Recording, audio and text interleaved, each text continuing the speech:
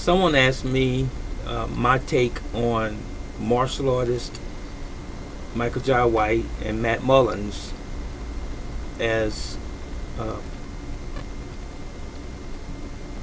martial artists, and if I have this correct, in the movies, and who potentially would win a fight. Now, if this is the question that was asked, I'm going to try to answer maybe a couple questions uh, related to the same subject and our two guys. Uh, Matt Mullins um, is a very good martial artist. Michael Jai White is a very good martial artist. For all of those people who think that I'm hating, no such thing.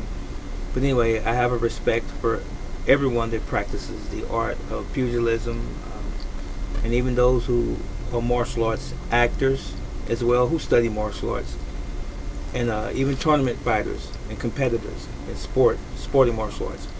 Michael Jai White and Matt Mullins both have a sports karate background. They both competed in tournaments, point fighting, and so forth. Now, by no means is that an indicator that they are great street fighters. None at all. Doesn't necessarily speak to that. Now, it doesn't mean that they are not good street fighters, but I'm just saying that you cannot measure how well they do in fighting in sports arena against that in a street situation. And I've said this before. But as far as appeal in the movies, they both have their pros and cons. Michael Jai White is a bulkier guy. Excuse me, bulkier guy is what I was saying, and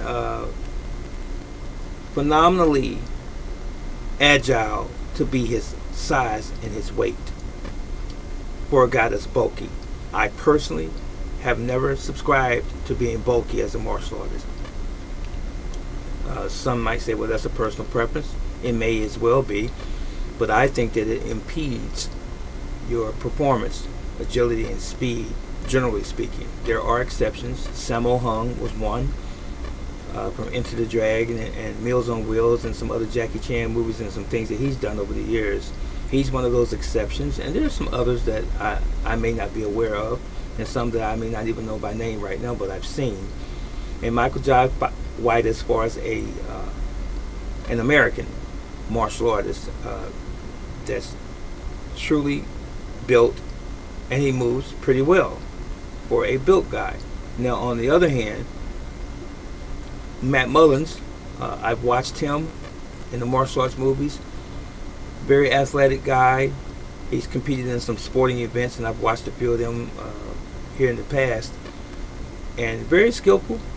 His agility is good, gymnastically, and that as well.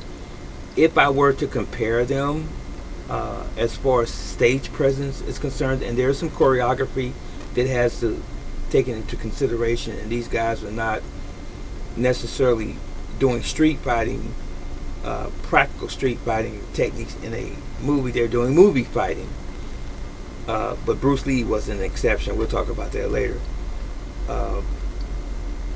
Matt and Michael Jai White, I would compare those two by saying that Michael Jai White is good in the movies, but not the greatest actor in the movies. I mean, he plays a very good tough guy and cocky and this kind of stuff, and I'm going to get vengeance. That's good. And Mullins is right around the same, but as far as stage appeal, if you will, for lack of a better word and or expression, I would give it to Mullins. His athletic ability is just a tad bit better than Michael Jai White. I think so. That's my viewpoint. So you can weigh in and say who do you think the best screen martial arts actor is between Michael Jai White and Matt Mullins, and let us know what you think. They're almost equal, but I would give one more push to Matt Mullins as far as a very good screen martial arts practitioner or actor. And then Michael Jai White running very, very close to him. So that's it, and that's all. But before I leave, had a friend, one of my subscribers, make a statement based on something that Michael Jai White has said in the past, over the past couple of years, that he could beat Bruce Lee in an interview. And then he came back and tried to do some damage control and say that, he was messing with people's idols and so forth, and he loved Bruce Lee and this kind of thing. But he still went on to say that Bruce Lee still was at a great disadvantage because of his weight being subpar in comparison to his own, and that he weighed about 100 pounds or more than Bruce Lee, and he believed that he could still beat Bruce Lee. And he still said that. He still never truly gave credit to Bruce Lee, and I believe it's because of a bit of arrogance, one, and the other one, too, is coupled with that, is the fact that he has experienced Hollywood and that he's protecting his image. Let me know what you think.